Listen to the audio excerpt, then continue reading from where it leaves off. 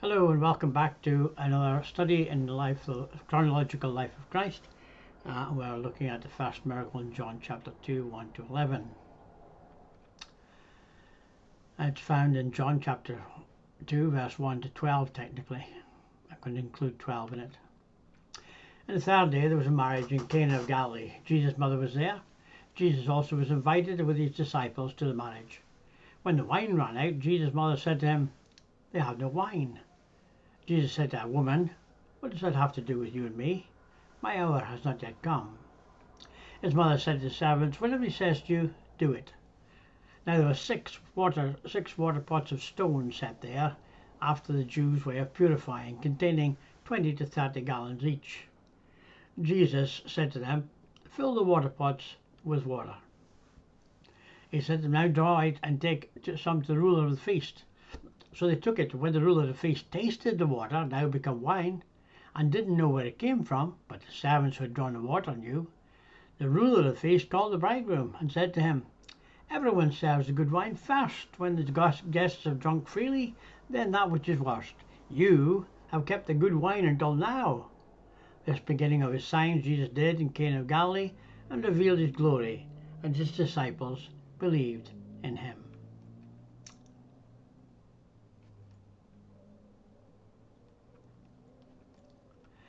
It's interesting that John is the one filling in the details of this early part of Jesus' ministry, since as a cousin of Jesus, his mother Salome was Mary's sister, and as one who was included in Jesus' inner circle, he had access to the early information within the family and was probably present at many of these early events. His family relationship to Jesus also explains why he was given the care of Mary and not Peter. John describes a wedding feast taking place in Cana, which is the northern country just west of the Sea of Galilee. Jesus was there with his family, including his disciples, many of whom were related to Jesus and to each other. Some commentators make the first miracle of Jesus, recorded in John 2, 1 to 12, the beginning of his public ministry. It's better, however, to consider the miracle at the marriage feast as the final preparation for his public ministry. John 2:11 indicates he performed this miracle especially to prepare his disciples for the public ministry that was to follow. Furthermore, this miracle goes unnoticed as far as the multitudes are concerned. It was not intended to be a public sign.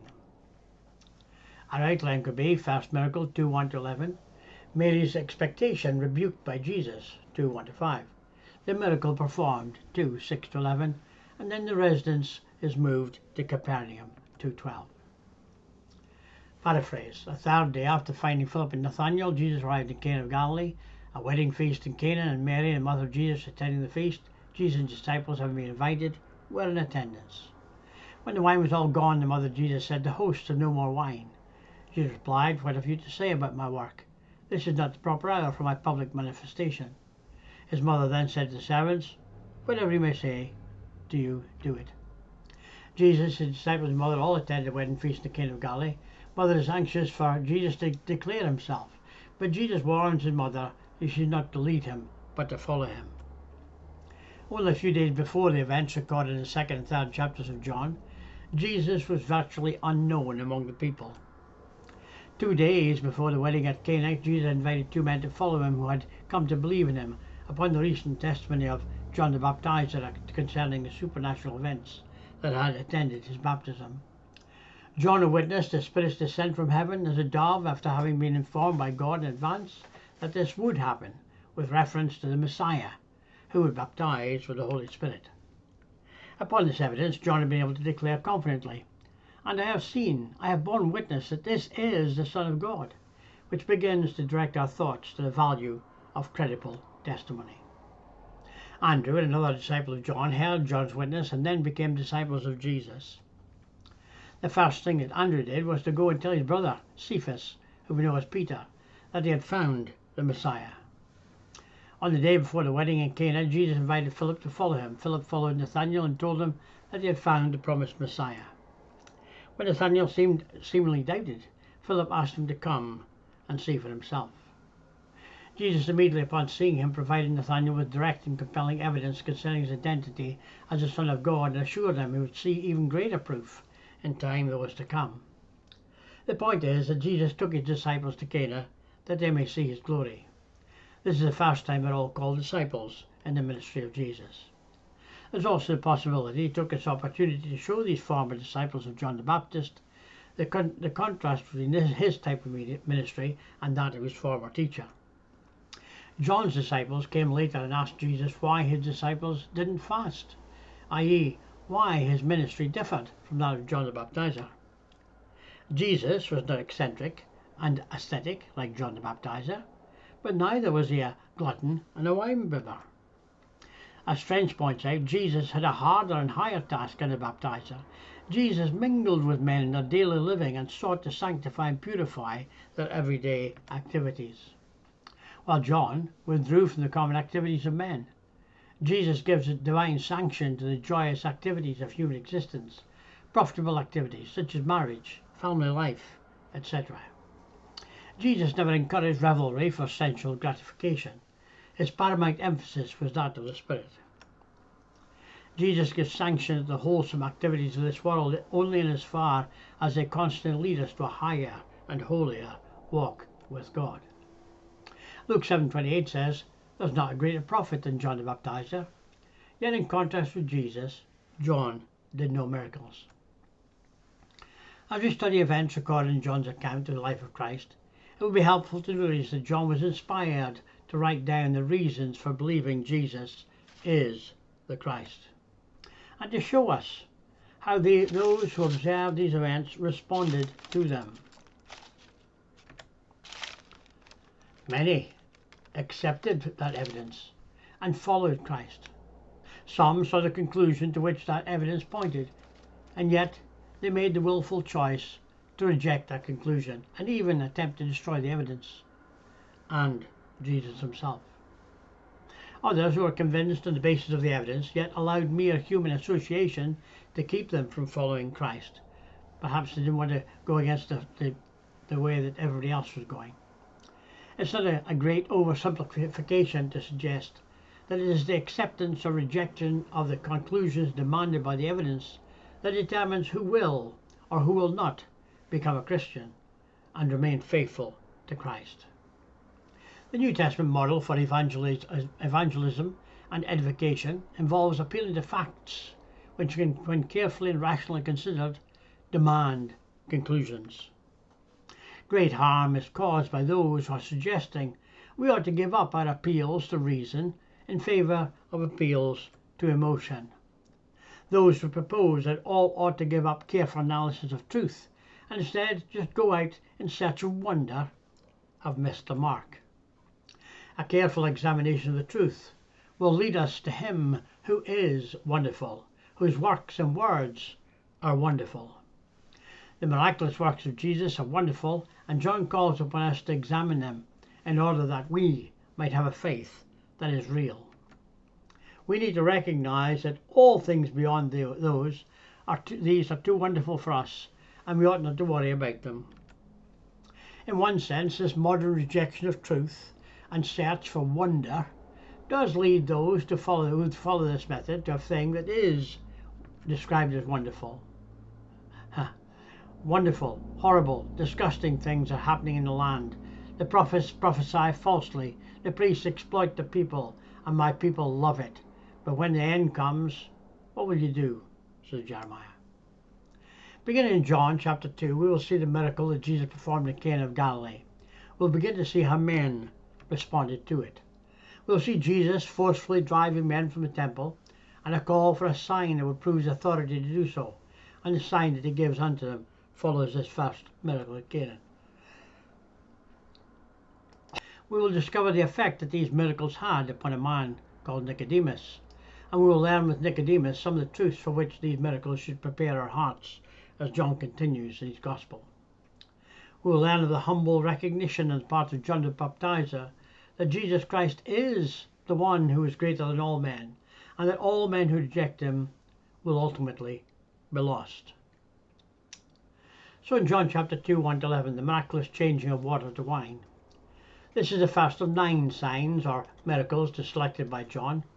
All have a purpose. They actively support the claims Jesus made and are intended to lead us to faith. Each sign is an object lesson to illustrate spiritual truth.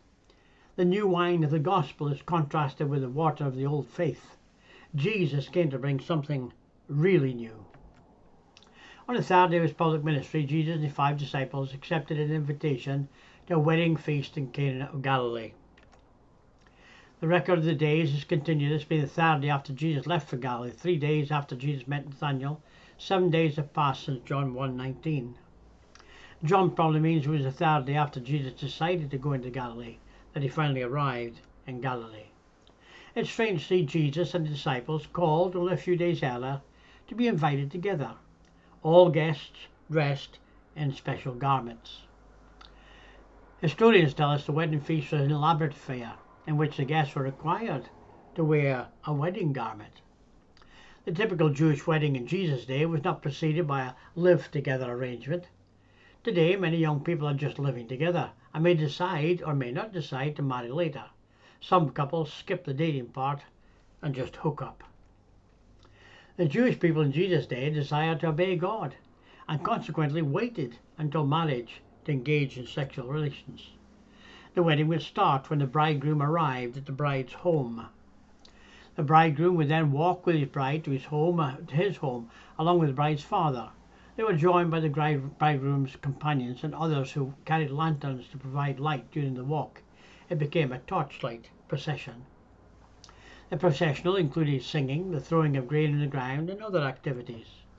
When they arrived at the bridegroom's home, the feast really started. It could last between 3 and 7 days. The feast included speeches, dancing, skipping, prayers, music, and of course, food.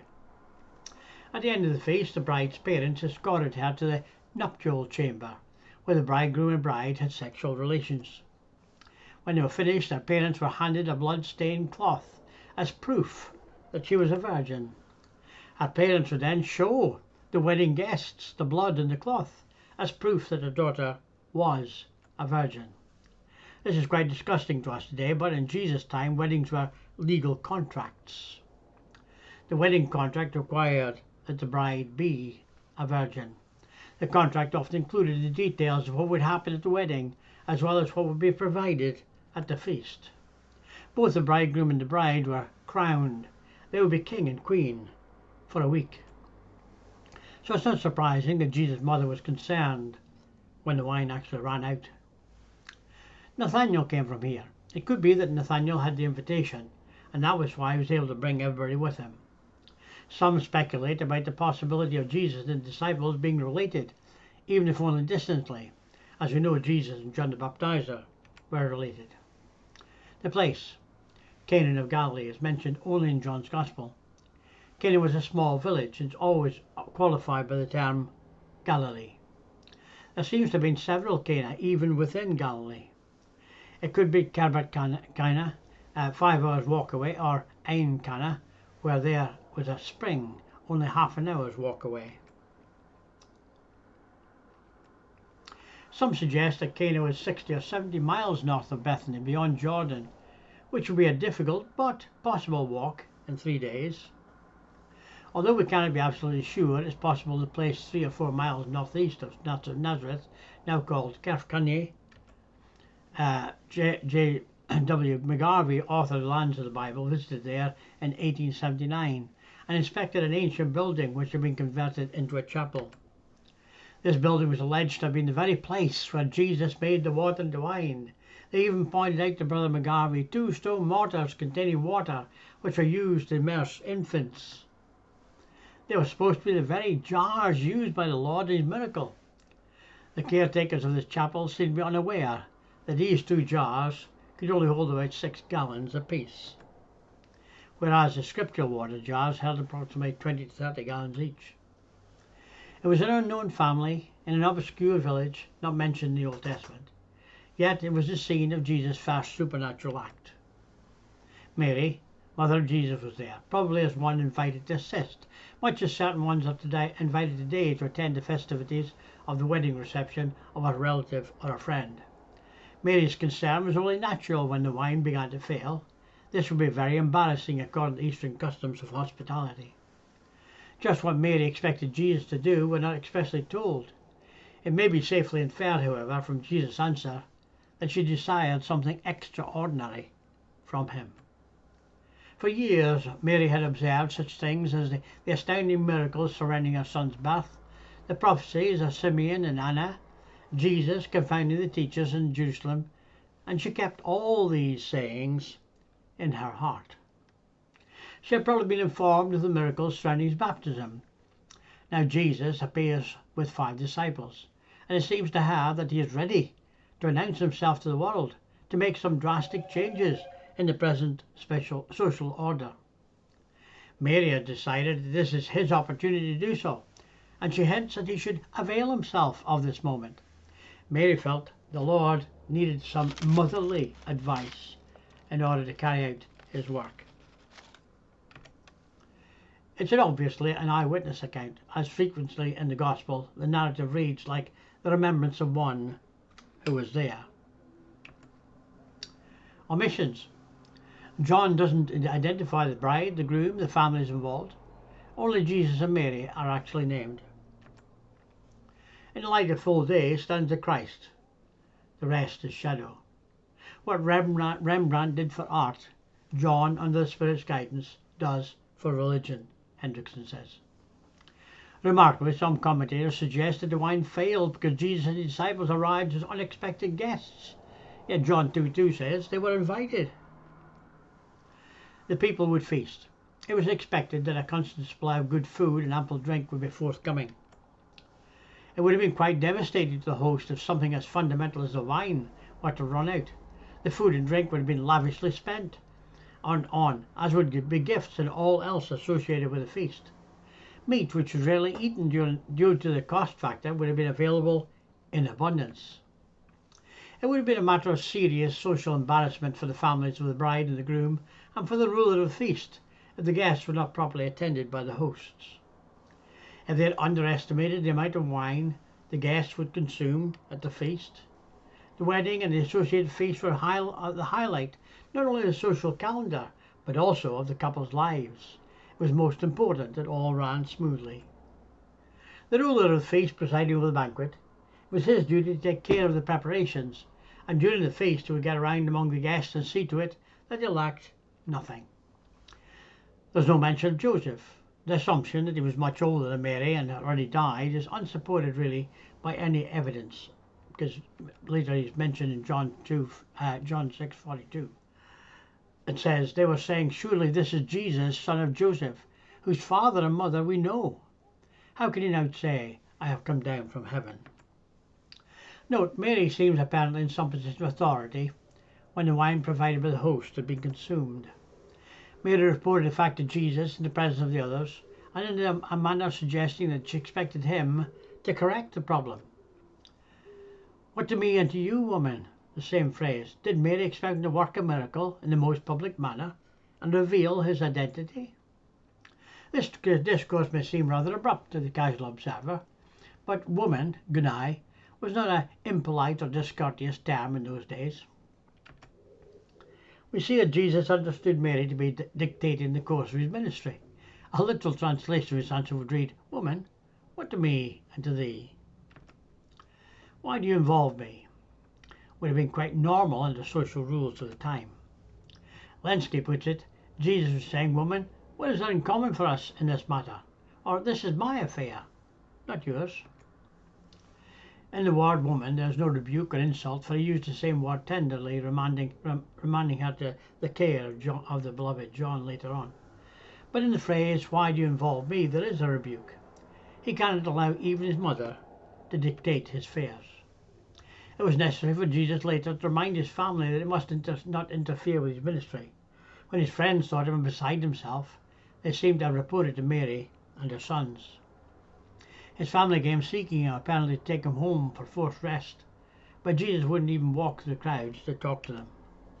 They came, it appears, to interrupt his work, and he was very explicit in showing that he was subject to the influence of no human, not even his mother, by this time.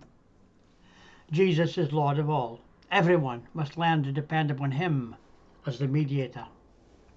Much earlier in the Canaan incident, we remember Jesus, a lad of 12, indicated to his mother and Joseph that he was not to be restricted by parental interference because he must be about his Father's business. Some suggest the hour to which Jesus alluded was a supernatural act that he was about to perform, and that it had not yet come because of waiting until it became evident to all present that the wine had run out. This is a reasonable possibility. No miracle would have been oblivious to the people if their glasses were refilled immediately after they had been emptied. It seems more likely, however, my hour has not yet come would be referring to the time of his ministry being launched, and later on he has an hour set in his Father's economy for each task which will be given him. When that hour comes, he acts, and not until then. The hour often denotes a crisis time. Jesus never allowed anyone to rush or to hurry him. Jesus' hour often referred to his death and his glorification. The time of his manifestation as the Messiah were decisions for him and his heavenly Father.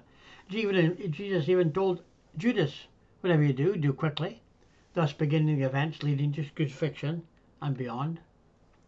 It is not inconsistent, therefore, for Jesus to perform the miracle when he previously rebuked Mary's impertinence. Mary's lesson can be applied to our lives today. James writes, "You ask and do not receive because you ask wrongly, in order to spend what you get on your pleasures." When we seek the Lord's blessing for carnal pleasure or vanity, we receive not. But when we resign ourselves to his will, exceeding abundant, we receive all that we ask and think. "Why do you involve me?" would be somewhat comparable to Jesus' statement to the wife and sons of Zebedee, who wished to have two brothers elevated in his kingdom, when he said, "You know not what you ask. Are you able to drink the cup that I drink, or be baptized with the baptism that I am baptized with?" The Lord's answer indicates that perhaps Mary's request had in it more than a desire for the gift of wine. What she principally wanted was to have Jesus manifest himself as Messiah. Jesus gave many secondary but only one supreme manifestation of his glory and messiahship. His miracles were secondary manifestations, but his death, burial, and resurrection were the supreme manifestation of his glory. Jesus called this supreme sign his hour in a number of places. His mother sought for a supreme sign, but at that time only a secondary sign could be fittingly given. He was not to be prematurely glorified. Mary didn't perceive Jesus' response as being negative. His body language may have told her he would act to save the host the impending embarrassment. He may have even been getting up in the process of getting up as he spoke to Mary. She knew one way or another Jesus would act. There's a real sense in which the action suggested by Mary would be one of the many that would bring about the plot to kill him. Jesus' first public miracle would set in motion the series of events that would prompt men to seek his life. Mary knew that her son was to be great, that he was to be called the Son of the Most High, that was to reign as king over a never-ending kingdom. She did not know of that terrible hour when Jesus would die for the sins of man. Had she known it, she would not have perhaps been so eager to urge him forward. Mary proceeded to instruct the servants to do as Jesus would direct them. He didn't at first refuse and then acquiesce to the wishes of his mother with reference to this miracle. Mary was not and is not mediatrix between God and man, as Roman Catholics have decreed. This verse gives no support to such an idea. He actually in this verse removed himself from the jurisdiction of his earthly mother in performing this sign. Perhaps it was compassion that led him to deliver her from responsibility for what was about to begin.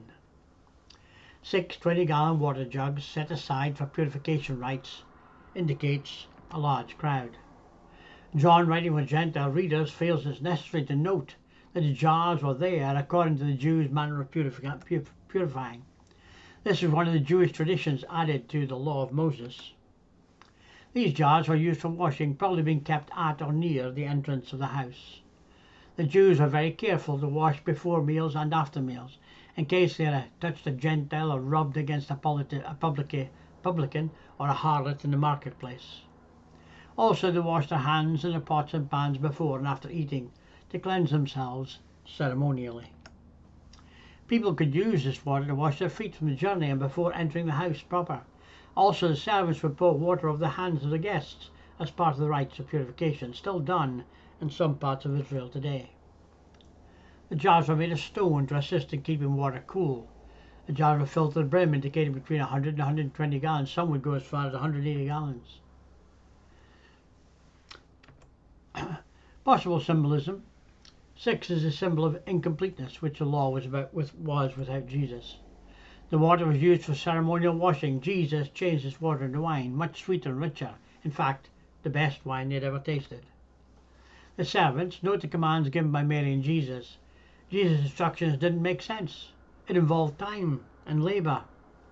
Yet, they did what they were told to do and did it to the very best of their ability. It's inspiring to witness such immediate submission as we've seen in Mary's directions to the servants. Her decision to simply trust Jesus has now prepared her for a manifestation of his glory.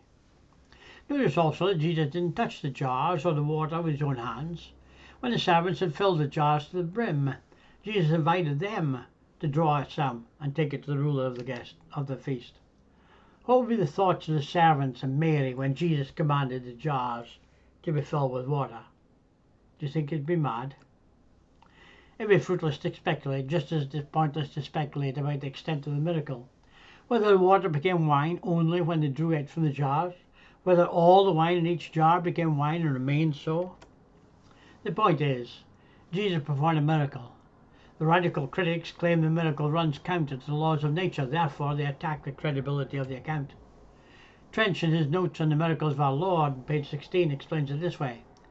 He who each year prepares the wine and the grape, causing it to absorb and swell with the moisture of the earth and heaven, to transmute this into a nobler juice of its own, did now concentrate all those slower processes into a single moment, and accomplished in an instant what usually takes many months to accomplish. The wine was taken to the master of the banquet, who played a role similar to that played by the present-day master of ceremonies, and he would also play a role similar to the best man. The wine made by Jesus was notably superior to that originally supplied. This doesn't indicate that inferior wine was originally used, but that Jesus made the best, as he now provides the best.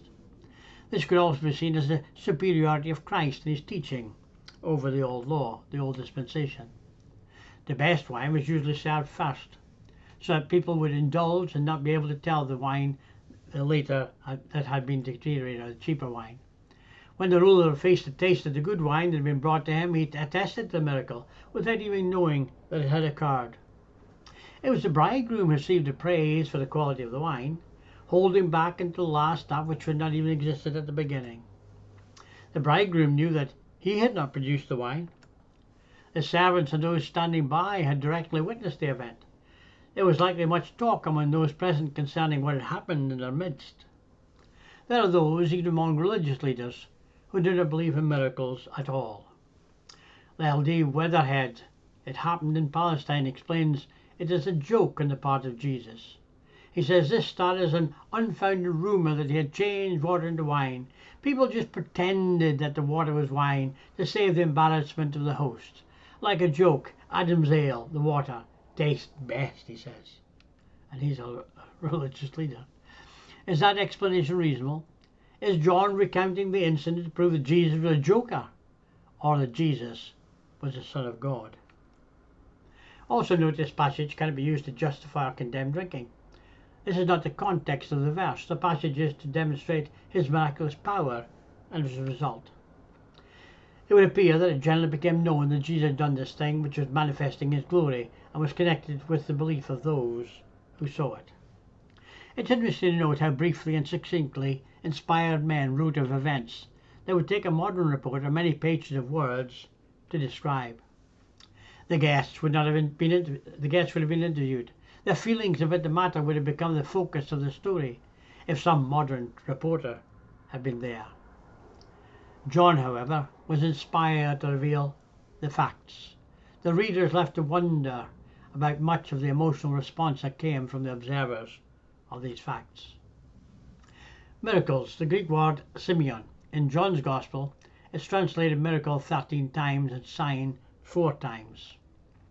Unfortunately, this obscures the true meaning of Simeon, which is sign.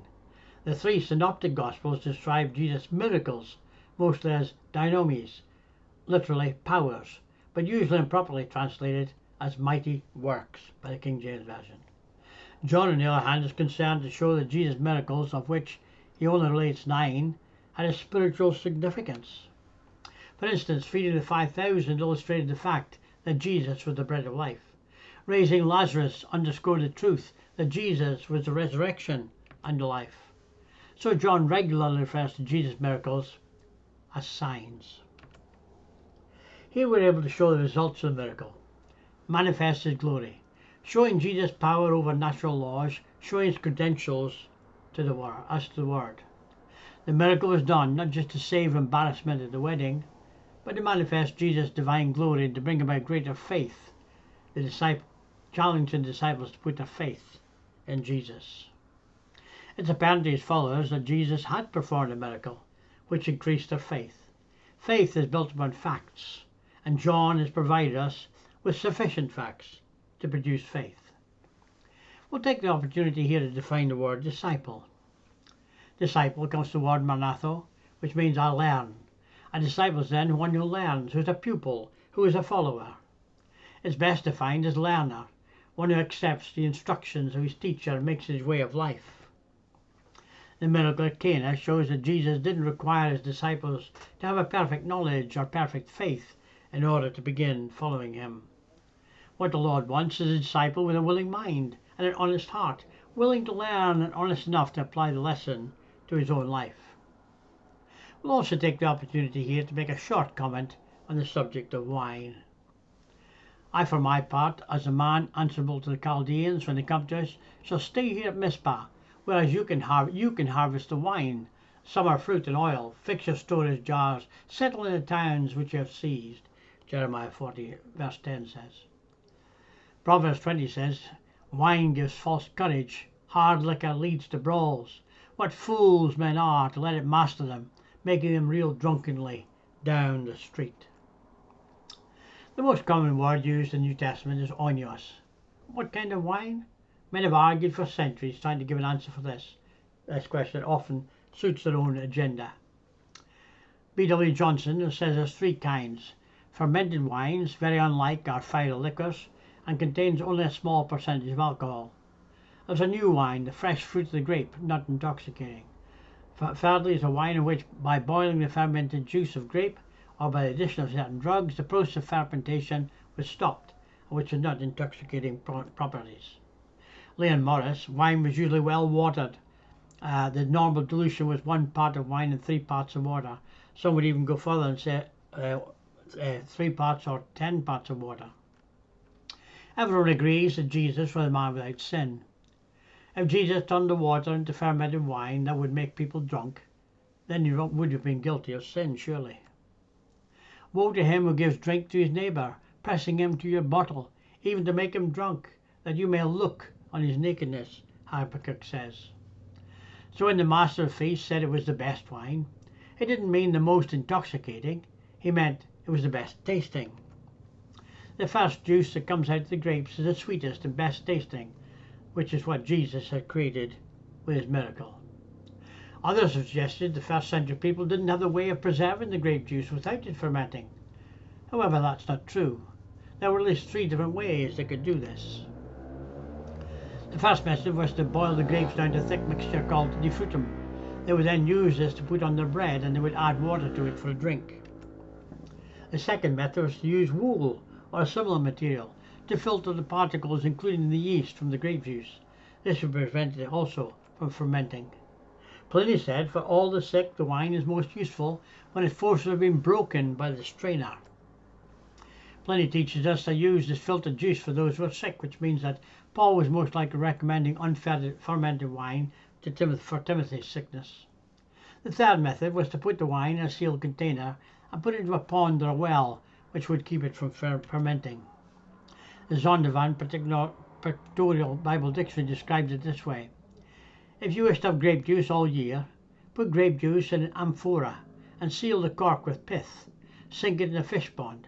After 30 days, take it out. It will be grape juice for a whole year. Usually, diluted with water, the mixture could be as high as 10 parts of water to 1 part of wine. It appears the ratio was usually 3 or 4 parts of water, 1 part wine. When the mixture was 1 to 1, the wine was called strong drink in Isaiah 28 verse 7. Only barbarians drank their wine without mixing it with water, according to Robert Stein. All this evidence proves that they were able to preserve their grape juice in the 1st century. In the current English dictionaries, the word wine is usually defined as fermented juice. However, if you look in older dictionaries, they will also show it can also mean unfermented juice as well. A.T. Robertson, he said it was real wine that was meant by oinos here. But this fact didn't mean today that Jesus would approve the modern liquor trade with its bad influences. The law of love expounded by Paul in 1 Corinthians 8:10 and Romans 14:15 teaches modern Christians to be willing to give up what they see causes so many to stumble into sin. To suggest that Jesus would provide a more intoxicating beverage to a group of already intoxicated men and women, and then send the Holy Spirit to inspire Paul to warn Christians not to do not get drunk with wine, for that is debauchery, but be filled with the Spirit, it would be a contradiction too great for the rational person to accept. We know from history that in the days prior to refrigeration, the freshness of a product was more valued. Plutarch, who lived between 46 to 120 AD, said, "Wine is rendered feeble in strength when it is frequently filtered." The strength or spirit thus being excluded, the wine neither inflames the brain nor infests the mind and passions, and is much more pleasant to drink. Notice Plutarch is saying that non-alcoholic beverages were valued more than the alcoholic variety. On a personal note, I would not say to anyone, do not drink. But if they asked me for my personal opinion, I would advise them, I think it's better not to drink. I became a Christian, and as I became more, understood more, I began teaching a young Christians class. Young teens class. I've been a Christian for approximately 5 years, and at the time, despite being a Christian, I was still smoking and drinking. I had begun smoking cigarettes at the age of 8. I used to steal them from a local shop. Later I started to drink, then I became a Christian, so I cut down on my drinking. But as I was now active in teaching a young teen class, this involved me in warning about the dangers of the world. It involved me to challenge them to understand the holiness of God and the need for our personal purity before Him. As I taught them, it slowly dawned on me that I was a total hypocrite in warning them about the dangers of smoking and drinking, while I myself was continuing to do these things in my own life. The choice was simple: give up teaching or give up smoking and drinking. It was not easy, but at the age of 25, I managed to give up both, and I've never regretted it. Also, it's fair to say I've seen the damaging impact of drink and drugs in the lives of so many over the years, especially working with individuals in the AA and NA movements. After I gave up drinking, we would often have discussions about a glass of wine with a meal. One of the strongest advocates for this became an alcoholic and lost everything: their family, their job, their house, everything. So I would not tell you not to drink. But if you were to ask, I would say you're better off spiritually and financially without it. You don't need it.